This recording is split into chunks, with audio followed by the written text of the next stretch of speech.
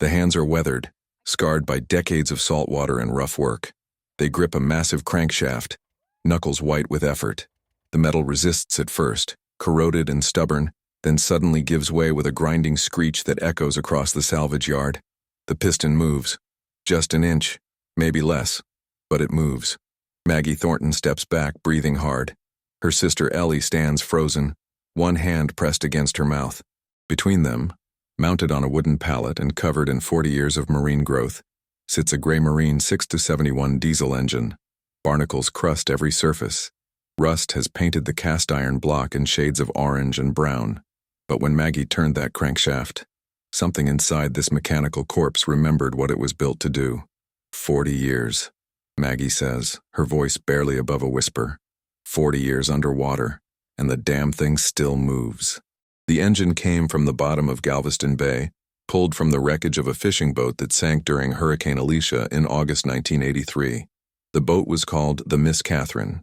Their father built her in 1967, named her after their mother, and lost her to a storm that rewrote the Texas coastline. Captain Ray Thornton spent the next 15 years of his life fishing from borrowed boats, never quite whole again, never quite the man he'd been before the hurricane took everything he'd worked for. He died in 1998 without ever recovering his boat. Now, 25 years after his death, his daughters stand in a salvage yard staring at the heart of that lost vessel, and it still has a pulse. Ellie found the boat 3 months ago. A salvage yard operator in Galveston called her museum, said he'd been clearing out an old section of the yard and found a hull that matched the description of a vessel reported lost in 1983. The registration numbers were still visible under the growth. Miss Catherine, Port of Galveston. Ray Thornton owner. Maggie didn't want to see it.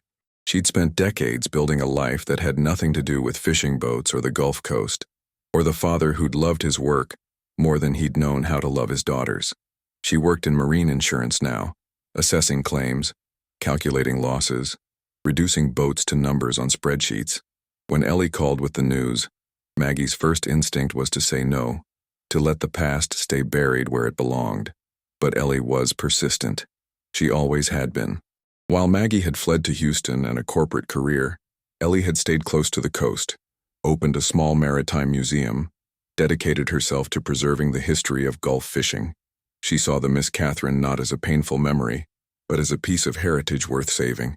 She needed Maggie's help, needed her expertise, needed her money. Most of all, she needed her sister to care about this the way she did. So Maggie came. She stood on the dock while the salvage crane lifted the hull from the water, watched 40 years of sediment pour from the deck as the boat emerged into sunlight for the first time since 1983. The wooden planking was intact, swollen and stained, but structurally sound.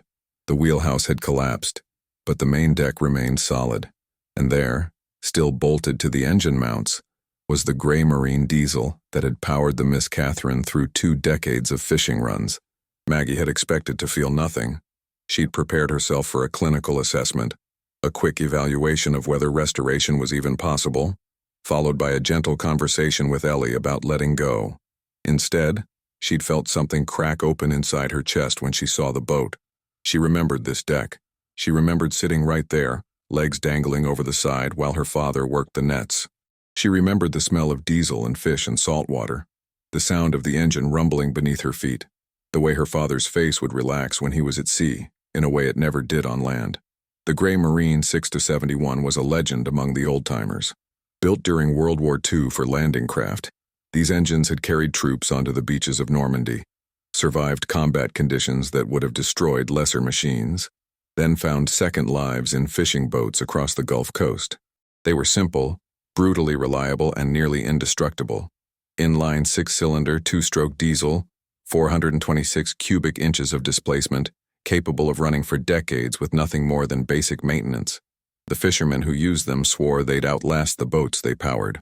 Ray Thornton had installed this particular engine in 1967, bought it surplus from a military auction, rebuilt it himself in his garage. Maggie remembered watching him work on it when she was 7 years old, remembered how carefully he'd cleaned each part, how precisely he'd set the valve clearances, how he'd explained every step of the process, even though she barely understood half of what he was saying. He'd treated that engine like it was alive, like it deserved respect and care and attention.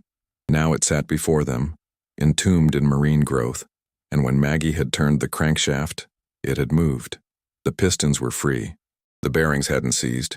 40 years of submersion in salt water and the fundamental mechanics of the engine remained intact. Frank Morrison arrives an hour later. He's 72 now, retired from marine diesel work for a decade, but when Ellie called and told him about the Miss Catherine, he'd driven down from Houston without hesitation. Frank had worked with Ray back in the 70s and 80s, had helped maintain the Gray Marine, had been there the day before Hurricane Alicia when Ray had tried to secure the boat against the coming storm. He circles the engine slowly, running his hands over the corroded surfaces, peering into the cylinder bores, checking the condition of the crankshaft journals. His face reveals nothing. Finally, he straightens up and looks at the sisters. "Gray Marines are tough," he says. "If any engine could survive this, it's this one." The cast iron block resisted corrosion better than modern aluminum would have. The mechanical fuel injection system had no electronics to fail, no computers to corrode. The cylinder heads had been sealed when the boat went down, protecting the internal components from the worst of the saltwater damage. It's not impossible that this engine could run again. Difficult, expensive, time-consuming, but not impossible. Maggie asks the question that matters. Should we try? Frank doesn't answer immediately. He's looking at the engine, but Maggie suspects he's seeing something else. A younger Ray Thornton, maybe, working on this same block in a garage in 1967. The Miss Catherine cutting through Gulf waters on a good fishing day. A way of life that's mostly gone now, replaced by corporate fishing operations and regulations and economics that make it nearly impossible for independent fishermen to survive. "Your father never stopped thinking about this boat," Frank says finally. "After it went down, he was never quite the same. It was like losing a piece of himself." He turns to face them. "If you're asking whether it's worth the effort, I can't answer that. But if you're asking whether it can be done, then yes, it can be done." Ellie looks at Maggie. The decision is really Maggie's to make. She has the money, the practical knowledge, the ability to assess whether this project makes any kind of sense. Ellie has passion and dedication, but passion doesn't pay for marine diesel parts or specialized welding or the hundreds of hours of labor this restoration will require. Maggie walks to the engine and places her hand on the valve cover. The metal is cold, rough with corrosion. Somewhere under all this damage is the engine her father rebuilt with his own hands. The engine that powered his working life. The engine he lost to a hurricane and never recovered. "We try," she says. "We at least try." The work begins the following week. Frank brings in 2 other retired diesel mechanics, men who'd worked the Gulf Coast fishing fleet in its heyday and jumped at the chance to work on a Gray Marine again. They set up in a warehouse Ellie rents from the museum's storage facility, clear space for the engine and the hull, begin the painstaking process of assessment and disassembly. The engine comes apart slowly. Every bolt is corroded. Every gasket is destroyed. Every surface is covered in marine growth that has to be carefully removed. They work methodically, documenting everything, taking photographs, labeling parts. The goal isn't just to restore the engine, but to understand exactly what condition it's in, what can be saved, what needs to be replaced, what needs to be fabricated from scratch. The cylinder block is sound. That's the first major discovery. Despite 4 decades underwater, the cast iron shows no structural damage, no cracks, no fatal corrosion. The cylinder walls are pitted, but serviceable. The crankshaft has some surface rust, but the journals are still within tolerance. The pistons are frozen in place, but when Frank applies penetrating oil and gentle heat, they begin to move. It takes 3 days to free all 6 pistons. On the afternoon of the 3rd day, with all the cylinder heads removed and the pistons finally loose, Frank manually rotates the crankshaft through a complete revolution. The engine turns smoothly, all the internal components moving in their ancient choreography, and for the first time since 1983, the Gray Marine 671 from the Miss Catherine completes a full rotation. Maggie is there when it happens. She watches Frank's weathered hands on the crankshaft, watches the pistons rise and fall in their cylinders, watches 40 years of dormancy give way to mechanical life. Something breaks inside her. She starts crying and can't stop, standing in that warehouse with her hand pressed against her mouth while tears run down her face and her sister's arm wraps around her shoulders. She's not crying for the engine. She's crying for her father, for the man who built this machine and lost it and never got it back, for the relationship they never quite had, for all the years she spent being angry at him for loving his work more than he loved his family. She's crying because she finally understands that maybe it wasn't that simple, that maybe the boat and the engine and the work were how he knew to love them, the only way he knew to build something that would last. Word spreads through the Gulf Coast fishing community. The old-timers start showing up at the warehouse, men in their 70s and 80s who'd fished alongside Ray Thornton, who remembered the Miss Catherine, who wanted to see if the rumors were true. They bring photographs, stories, technical knowledge. A retired shipwright offers to repair the wooden hull. A machinist volunteers to fabricate parts that no longer exist. Ray's old fishing buddies share memories of storms weathered and good catches, and the way Ray had always kept his boat in perfect condition, how he'd maintained that gray marine like it was a precision instrument instead of a workhorse diesel.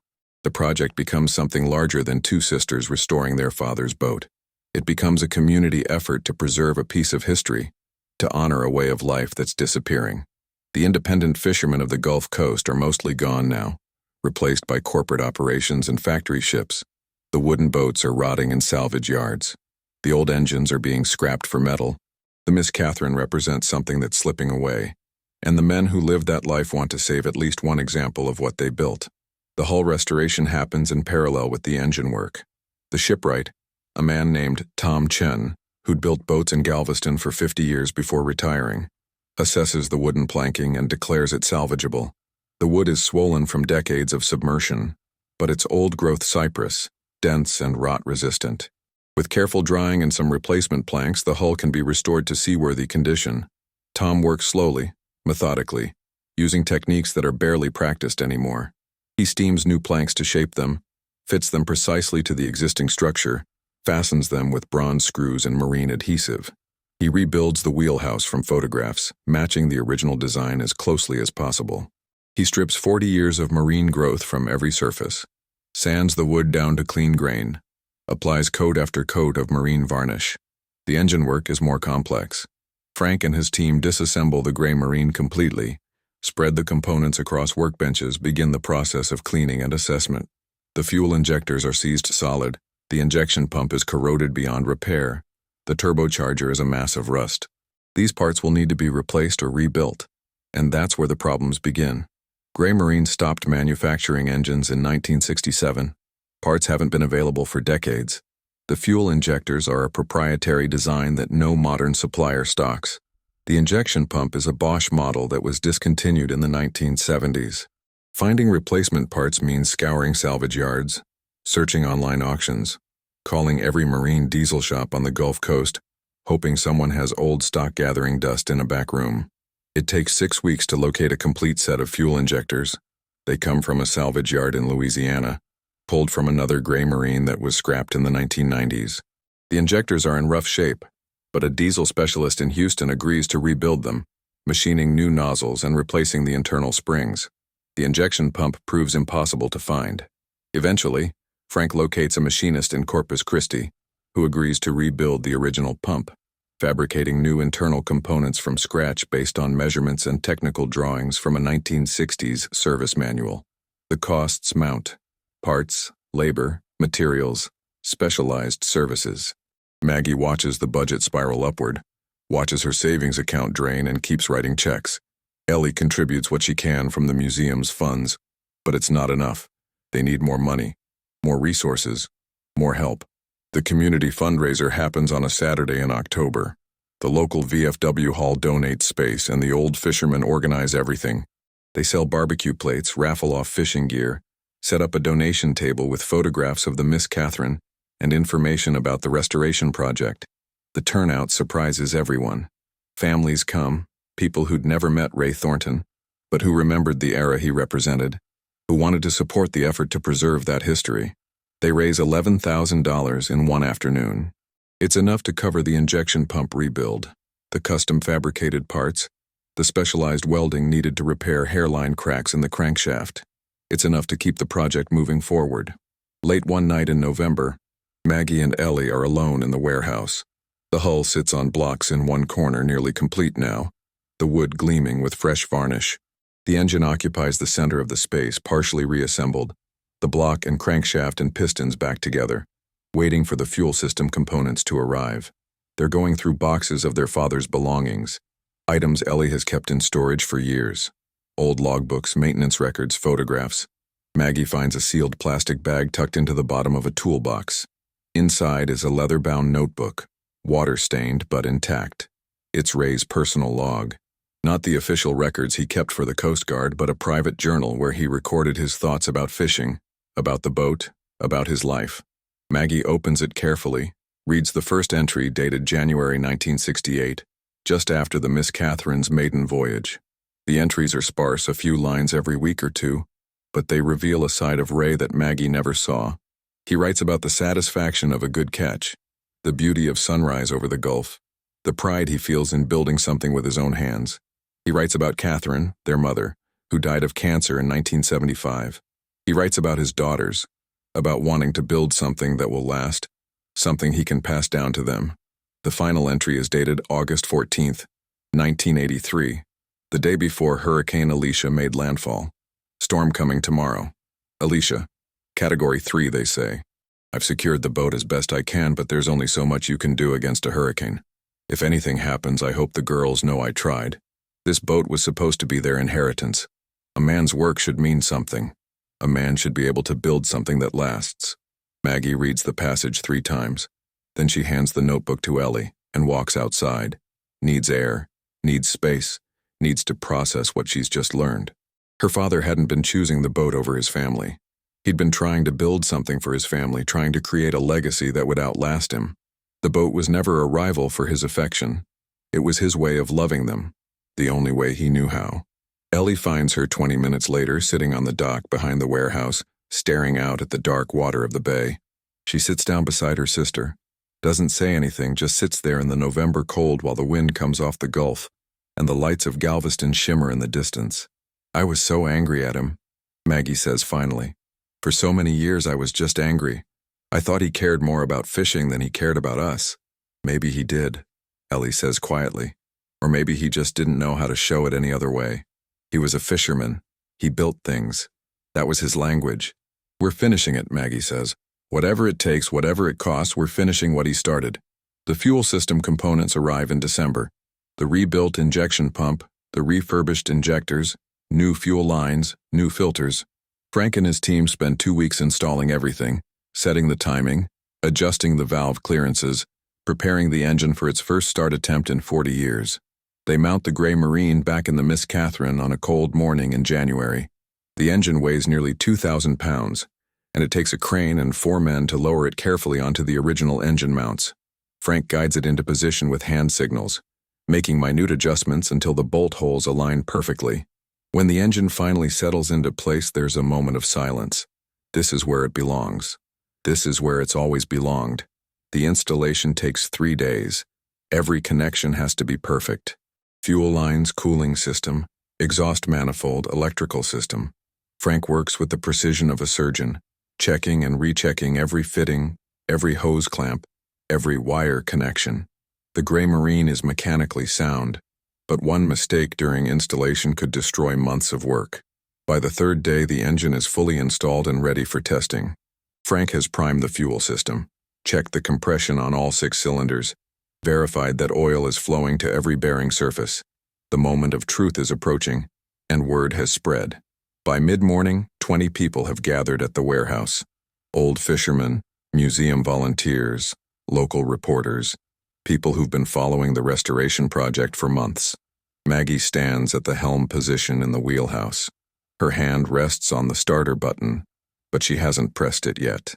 She's looking at the instrument panel, at the gauges her father installed in 1967, at the worn spots on the wheel where his hands gripped it for 20 years.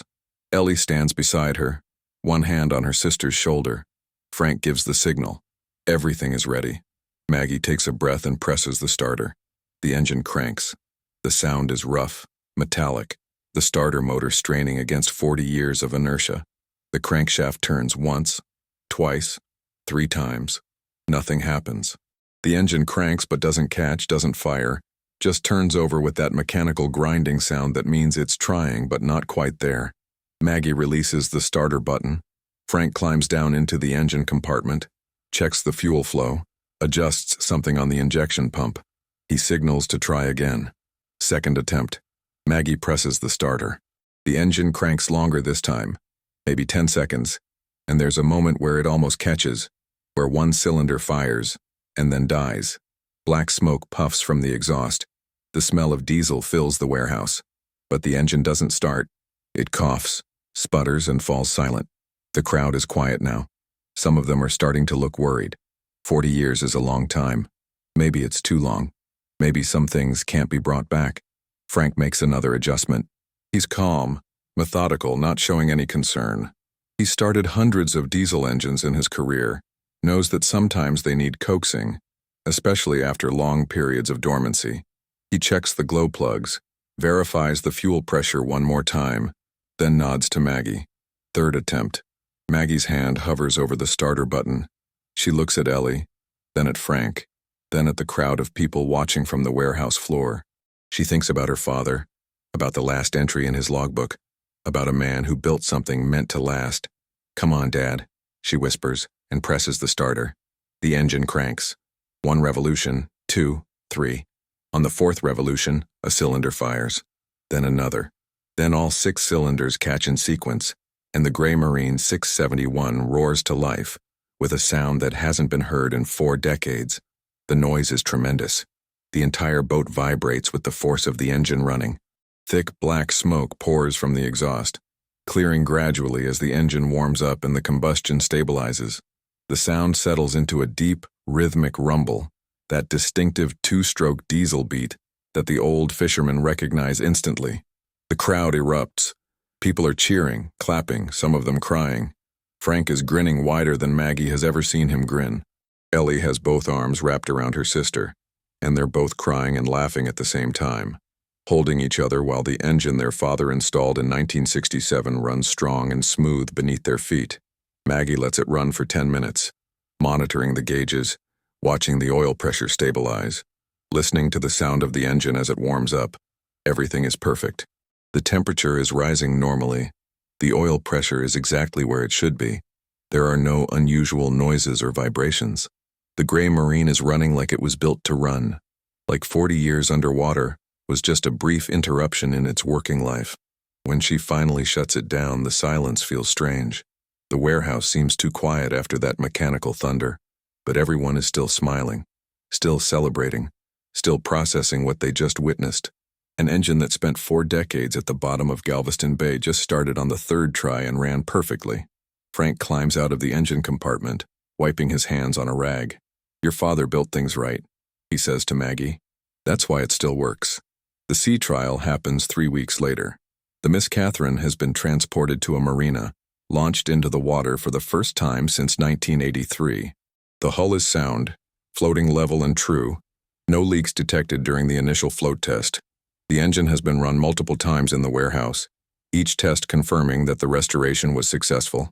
It's a clear February morning, cold but calm, the Gulf waters smooth under a pale blue sky. Maggie and Ellie are aboard, along with Frank and Tom Chen, the shipwright who restored the hull. A small flotilla of boats follows them out of the marina, old fishermen who want to see the Miss Catherine underway again, who want to witness this piece of history return to the water where it belongs. Maggie starts the engine. It catches immediately now, settles into that familiar rumble. She eases the throttle forward, and the Miss Catherine begins to move, pushing through the water with the same steady power it had 40 years ago. The boat handles beautifully, responding to the helm with precision, cutting through the small waves with the grace of a well-designed working vessel. They run south into the Gulf, leaving the coast behind, heading into open water. The engine never falters. The boat never hesitates. It's as if the 4 decades between 1983 and now simply didn't happen, as if the Miss Catherine is picking up exactly where it left off. 10 miles offshore, Maggie throttles back to idle. The boat drifts in the gentle swell, the engine rumbling quietly at low speed. Ellie retrieves a small wooden box from the cabin, the box she's kept in her closet for 25 years. Inside are their father's ashes, the remains she couldn't bring herself to scatter until now, until this moment. The sisters stand at the stern rail. The escort boats have formed a loose circle around them, engines idling, crews standing silent and respectful. Frank and Tom have moved to the bow, giving the sisters privacy for what comes next. Ellie opens the box. The ashes are gray and fine, lighter than Maggie expected. She reaches in, takes a handful, feels the strange texture of what used to be her father. Ellie does the same. Together they scatter the ashes over the water, watch them drift on the wind and settle onto the surface of the Gulf. "You built something that lasted," Maggie says quietly, speaking to the water, to the wind, to the memory of a man who died 25 years ago. "You built something that came back, just like you wanted. More ashes, more scattering." The box gradually empties. Ray Thornton returns to the Gulf that was his home, his workplace, his life. The water accepts him gently, and the ashes spread across the surface and slowly sink, becoming part of the sea that shaped him. When the box is empty, Ellie speaks. Her voice is steady, clear, carrying across the water to the boats that surround them. "My father built this boat with his hands. He lost it to a storm, but 40 years later, his engine still started. That's the kind of man he was, built to last even when the world tried to sink him." The escort boats sound their horns, a long, mournful chorus that echoes across the water. It's a fisherman's salute, a farewell, a recognition of one of their own.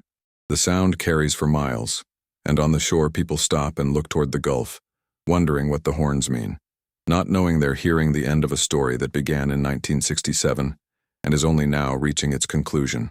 Maggie starts the engine again. The gray marine responds instantly, that reliable rumble that means power and purpose. She turns the Miss Catherine toward shore, and the boat cuts through the water with the same confidence it had 4 decades ago.